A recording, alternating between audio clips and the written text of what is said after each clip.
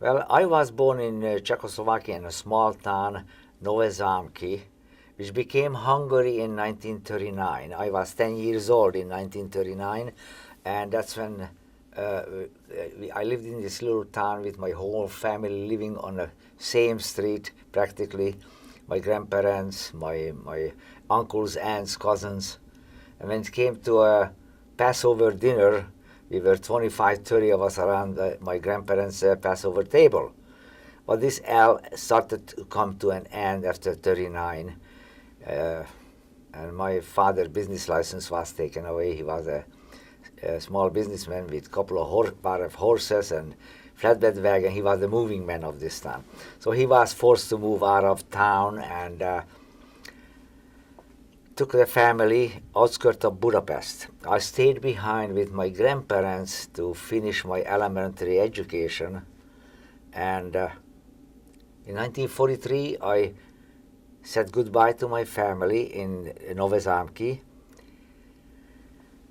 I didn't know that's the last time I will saw them because they all perished in the Holocaust, and went up to Budapest and joined my family, my two sisters, my mother and father.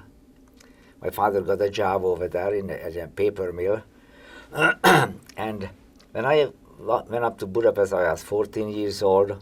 Well, by the time I was 14 years old, my father took me to a machine shop because he said, because Jewish children were not allowed higher education. So he took me to a machine shop. I became an apprentice machinist. And with that, I started learning a trade because my father said, you have to learn something to be able to support yourself. I became an apprentice machinist, and things rapidly started deteriorating for Jews, especially. My father was taken into the forced labor camp, and my mother and my two sisters were ordered to go into the ghetto, which was established by the biggest manufacturing plant outskirts of Hungary, outskirts of Budapest. We were in a ghetto very shortly after they took my sister to a factory where they put up barrack-like situation for Jewish workers.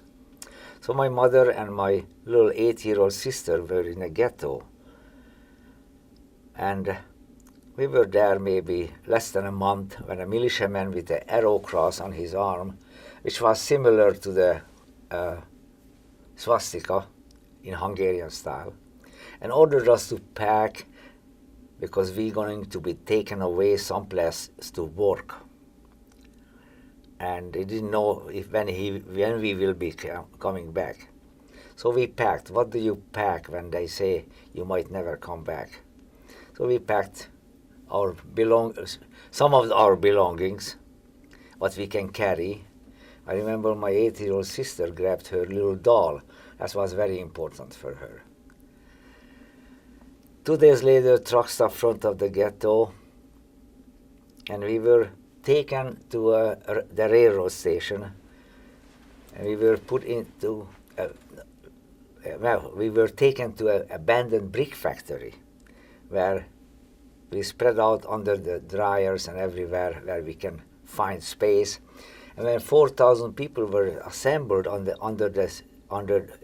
this brick factory, they pushed in the cattle cars, and we were ordered up on these cattle cars. And with our little belongings, half a barrel for necessity in the middle of the cattle car, the door were shut, and we were on our way. We didn't know our destination. I don't know, you want me to go ahead with the story. We were locked into this cattle car, and it was July 1944. It was hot in these cattle cars. We were changing space by the 4 little barbed wire window for fresh air. At night, half of us were able to squat down, the rest of us stand, and we changed. This is the condition we arrived to Auschwitz. we were ordered out of the cattle car. Some of the older people never made it. And they started selecting able-bodied men, women, children with their mothers, and old people separately. So between the railroad car of Auschwitz, between the railroad tracks of Auschwitz, I saw my mother and my little sister the last time. I was pushed between the able-bodied men, and as I looked back, my mother turned her head away, and my little sister gave me a faint wave. That's the last of I saw them. I stayed in Auschwitz because one occasion a guard came in and asked for workers, and I don't know why my hand went up. And boy, I thought I lucked out. For the next 3 months, I was working in a kitchen, cutting potatoes into squares and shredding cabbage for sauerkraut. I was able to snitch some of the raw stuff as I can master down. It helped me survive.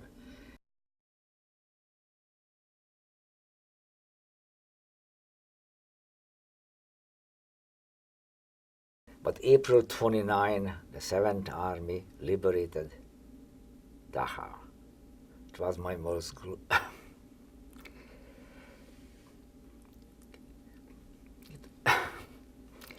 It was my most glorious day of my life. We laughed and cried at the same time.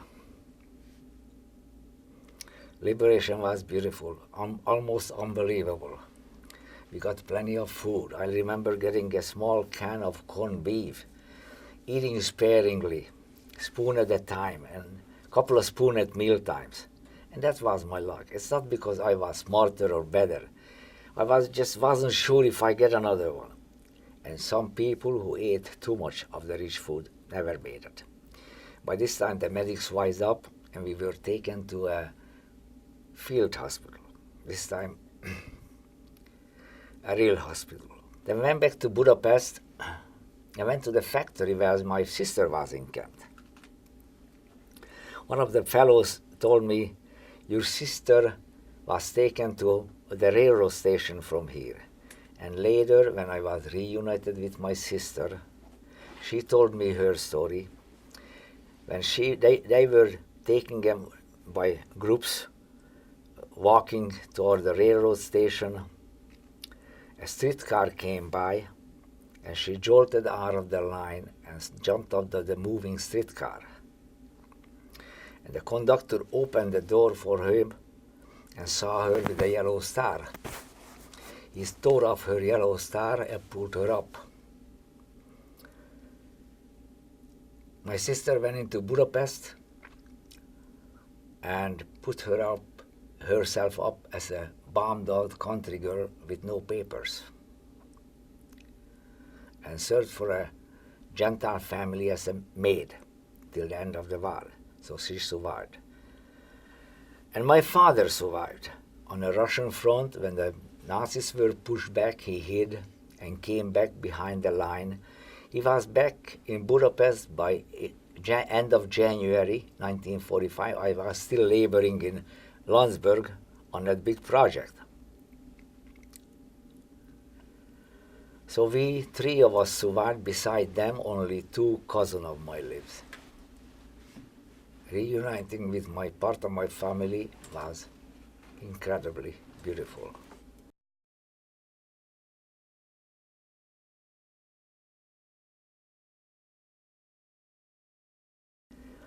In 1956, I met my wife, and after a long courtship, exactly 59 days, we were married. And that's when we decided that we want to raise our family in freedom.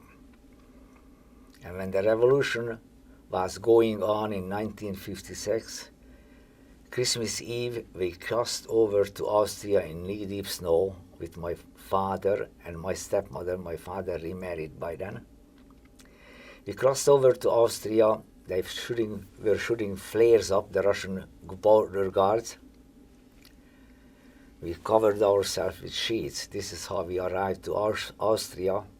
And from then on, we were able to get into the American consulate, and because my stepmother's son came out of the camps in 1946 and settled in Portland, we were able to come on his acceptance visa to the United States and settled in Portland.